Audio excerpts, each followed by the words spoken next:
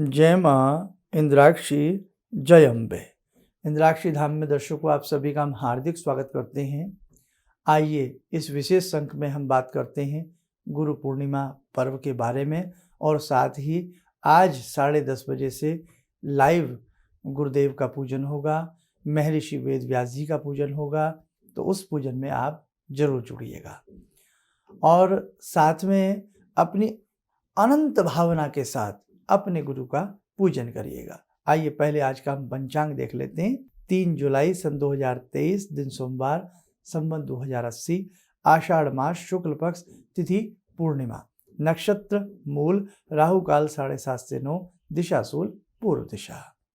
आज इस पूर्णिमा को व्यास पूर्णिमा भी कहते हैं।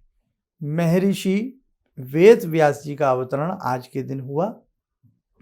महर्षि वेद व्यास जी ने 18 पुराणों की रचना की है, वेदों का भाष्य किया है, महाभारत जैसे विशेष आप देख रहे हैं ना, कितनी सारी रचना महर्षि वेद व्यास जी ने की है। इसीलिए आज के दिन जो दीक्षित ना हो वो महर्षि वेद व्यास जी का पूजन जरूर करें, और जो दीक्षित हैं वो महर्षि वेद व्यास जी का पूजन के साथ साथ अपने गुरुदेव का भी पूजन बहुत अच्छी भावना से करें। तो आइए पहले हम थोड़ा सा आपके साथ जिक्र करते हैं आज की गुरु पूर्णिमा के बारे में कि गुरु पूर्णिमा का महत्व है। गुरु पूर्णिमा अर्थात सदगुरु के पूजन का पर्व।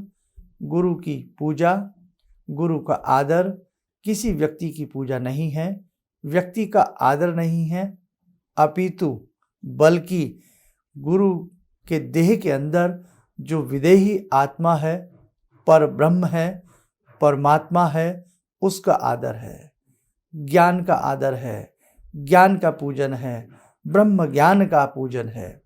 गुरु ईश्वर का दर्शन कराकर शिष्य को जन्म मरण के बंधन से मुक्त कर देते हैं।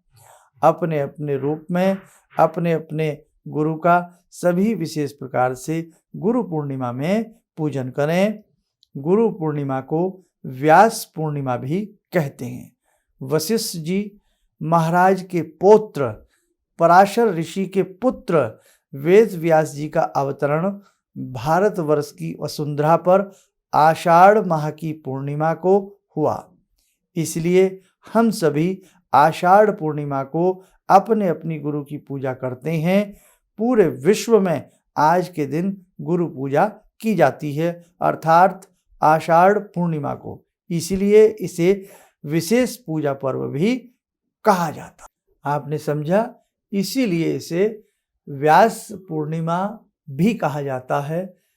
और जो साधक आज के दिन महर्षि वेद व्यास जी का पूजन करता है, वास्तव में क्योंकि हम लोग जन्म ले रहे हैं, मर रहे हैं, जन्म ले रहे हैं, फिर कहीं ना कहीं मरण हो रहा है, तो जन्म और मरण का सिलसिला हमारा चला आ रहा है।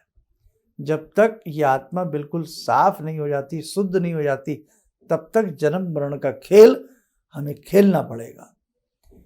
किन किन जन्मों में हमने गुरु धारण किए हैं, इसलिए समस्त गुरुओं में, जैसे हम गंगा जी को मानते हैं, तो समस्त गुरुओं में महर्षि वेद व्यास जी का यदि आप पूजन कर लेते हैं तो आपके समस्त गुरु आपसे प्रसन्न हो जाते हैं।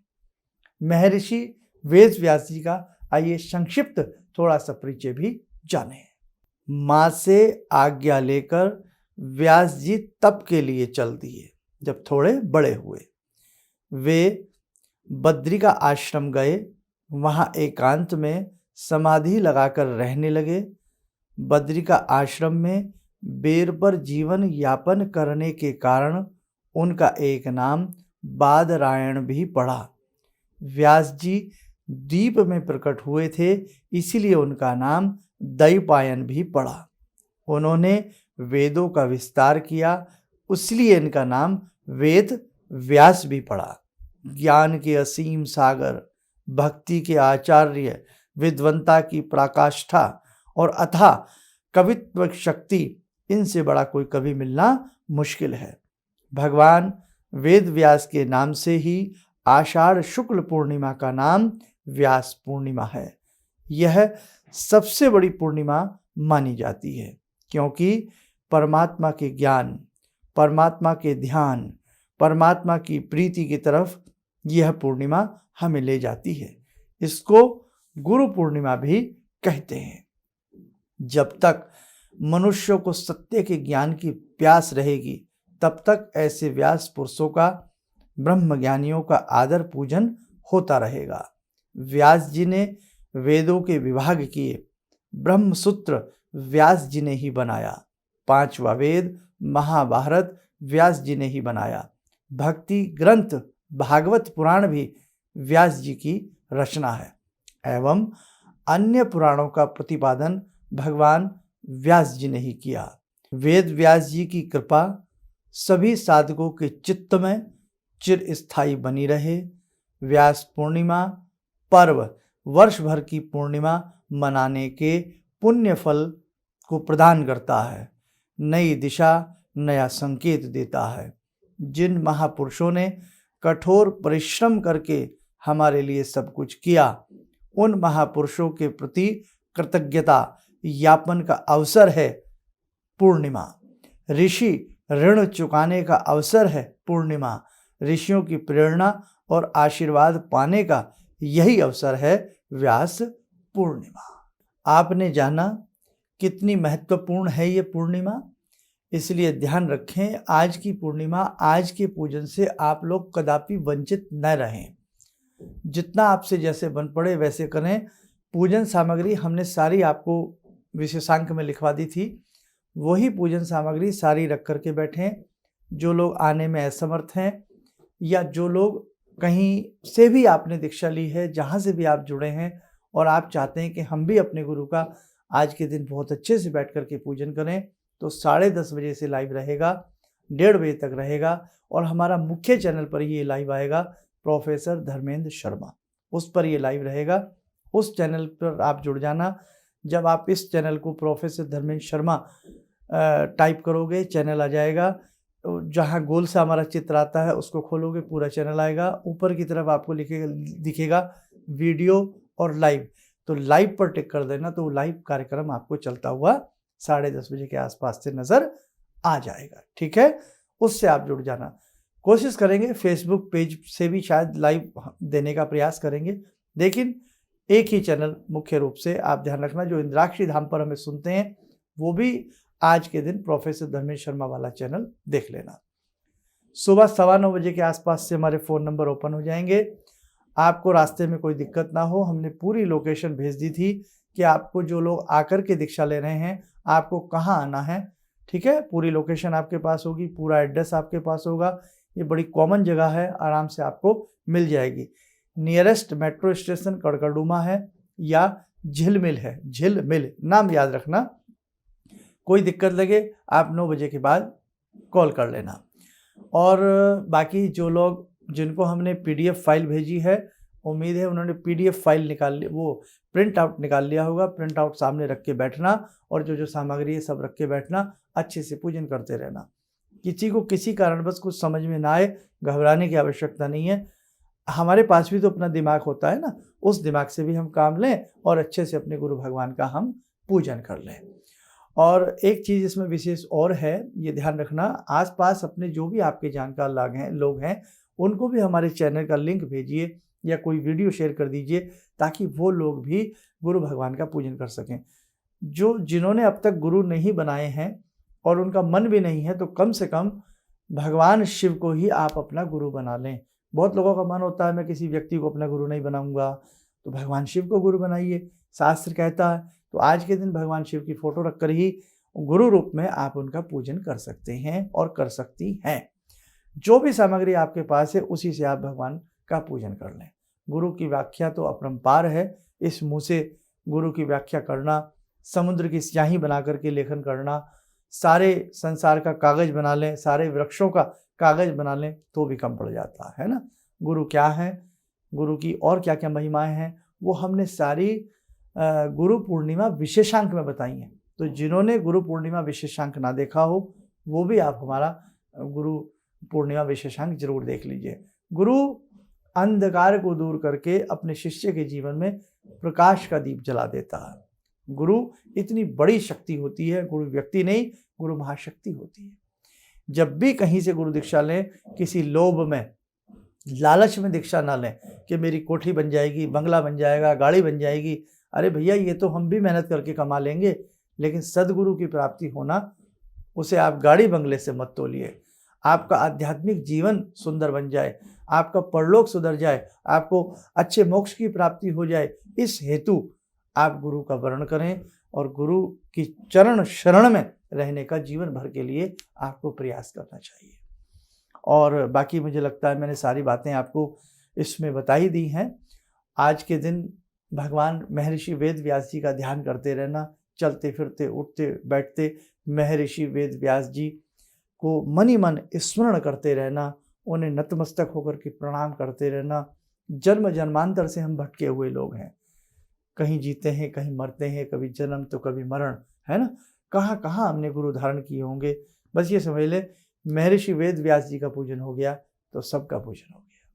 और जो आपके अपने जहाँ से भी आपने दीक्षा ली उनका फोटो जो लाइव देख करके पूजन करेंगे, फोटो सामने रख लेना। और हमने बता ही दिया, किसी वजह से कोई टेक्नोलॉजी या टेक्निकल पॉइंट पर आकर के कोई दिक्कत आती है लाइव में, तो आप अपने हिसाब से सभी सामग्री थोड़ी थोड़ी कर करके गुरुदेव को चढ़ा देना, पूजन आदि कर लेना, तिलक आदि लगा देना, तो ये आपका गुरु पूजन हो जाएगा। आरती, जो भी आप सत्ता से जुड़े हैं, भवानी से जुड़े हैं, सरस्वती माता से जुड़े हैं, शंकर जी से जुड़े हैं, राम जी से जुड़े हैं, जहाँ से भी आपने दीक्षा ली है, उन्हीं स्वरूप की आप लोग आरती करके अपना पूजन समापन कर लेना। और जो लोग ऐसा सुबह सुबह बहुत लोगों ने कर लिया होगा तो बहुत अच्छी बात है। और मुझे लगता है अब मैंने सारी चीज़ें आपको अच्छे से समझा दी हैं। आइए, जो साधक इंद्राक्षी धाम से जुड़ने आ रहे हैं, दीक्षा लेने आ रहे हैं, और जो साधक घर पर बैठकर ही दीक्षा इंद्राक्षी धाम से लेना चाहते हैं, भगवती दुर्गा इंद्राक्षी से जुड़ना चाहते हैं, दुर्गा जी का नाम ही इंद्राक्षी है। जैसे दुर्गा जी के 3 स्वरूप हैं, सरस्वती, महाकाली, है ना, आपने देखा होगा, और महादुर्गा। ऐसे ही भगवती का ही एक स्वरूप इंद्राक्षी है। तो आइए भगवती इंद्राक्षी से, माँ दुर्गा से प्रार्थना करें। ओम सिंदूरारुण विग्रहां त्रिनयनां माणिक्यमूले स्फुरात् स्तारानायकशेखरं स्मितमुखी बापेन वक्षोरुवां पाणिभ्यामलपूर्णरत्नचषकां रत्नोत्परां बिभ्रति सौम्यां रत्नघटस्थरक्तचरणां ध्यायेत्परां अम्बिकां खड्गं चक्रगदेषु चापपरिगान् शूलम्बुशुण्डिं शिरा शङ्खं संदधतीं करे स्त्रीनयनां सर्वाङ्गभूषावृतां नीलासमद्युतिमास्य पाददशकां सेवे महाकालिकां यामास्तो स्वपितैर्हरो कमलजो हन्तुं मधुं कैटवम् विद्युद्दामसमप्रभां मृगपते स्कन्दस्थितां भीषणां कन्या विहकरवालखेटविलसा धस्ताविरासेवितां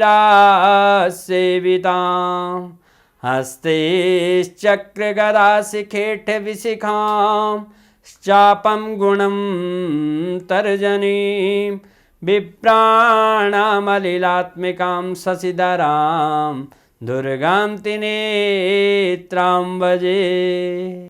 कवच बना लें, ध्यान करें, भगवती इंद्राक्षी माँ दुर्गा का शुभ आशीष हम सबके ऊपर बरस रहा है।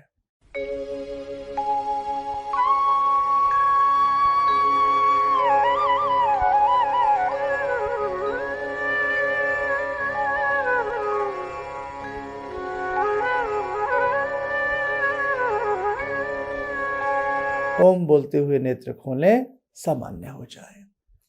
देखो साधकों, बातें तो बहुत हैं, आपसे करने को मन करता है, और बाकी जो लोग आ रहे हैं आइए हम आपसे वहीं बैठ कर के बातें करेंगे। और देखो, हमने पहले भी कहा था कि बहुत अच्छे मन से आना, वहाँ किसी की कुंडली या हाथ की रेखाएं नहीं देखी जाएंगी, वहाँ केवल दीक्षा समारोह रहेगा। और ईस्ट दिल्ली में ये कार्यक्रम है, बाकी एड्रेस वगैरह सब आपको हम दे चुके हैं। और जो पूजन आपने किया होगा, जो पूजन आपके थाली वगैरह में होगा ना, फूल पत्ता जो भी आपने चढ़ाया है, वो बाद में किसी घर के गमले आदि में आप उसे रख सकते हैं। जो आपने कलश रखा है उसमें जो जल है, सारे घर में महर्षि वेद व्यास जी का ध्यान करके छींटा दे देना, और बाकी जल आप गमलों में प्लांट में डाल देना। और जो नारियल उसके ऊपर रखा है वो प्रसाद रूपेण आज कल में कभी भी उसको फोड़ कर तोड़ करके आप उसे प्रसाद रूप में वितरण कर लेना।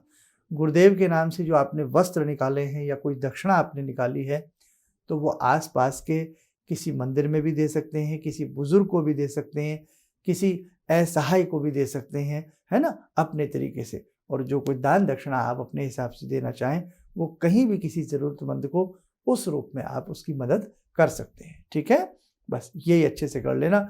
और बाकी कुछ चीज़ें रह गई हूँ वो मैं आपको आगे के कार्यक्रमों में बता दूंगा। आप स्वस्थ रहें, सुखी रहें, इन्हीं शुभकामनाओं के साथ हम अपनी वाणी को विराम देते हैं। जय जय अम्बे। भगवान से जुड़ो, और भगवान को से जुड़ने का जरिया आपने बताया, बहुत अच्छा लगा, बहुत धन्यवाद। और सनातन धर्म को जिंदा रखने के लिए आप जो प्रयास कर रहे हैं बहुत सराहनीय है। हम लोग को मौका मिला है, हम लोग भाग्यशाली हैं जो आपके करीब आने का हम लोग को मौका मिला है। किसी भी समस्या के समाधान के लिए मिले प्रसिद्ध हस्तरेखा एवं वास्तु विशेषज्ञ प्रोफेसर धर्मेंद्र शर्मा जी से। नोट: शिविर में भाग लेने हेतु एवं व्यक्तिगत रूप से मिलने के लिए कॉल करने का समय सुबह 10 बजे से शाम 6 बजे तक। हमारे विभिन्न ज्ञानवर्धक कार्यक्रम देखने के लिए आप हमें अभी सब्सक्राइब करें, बेल आइकन को प्रेस करें ताकि आप देख सकें हमारा कार्यक्रम सबसे पहले। और अधिक जानकारी के लिए फेसबुक पेज को लाइक करना न भूलें।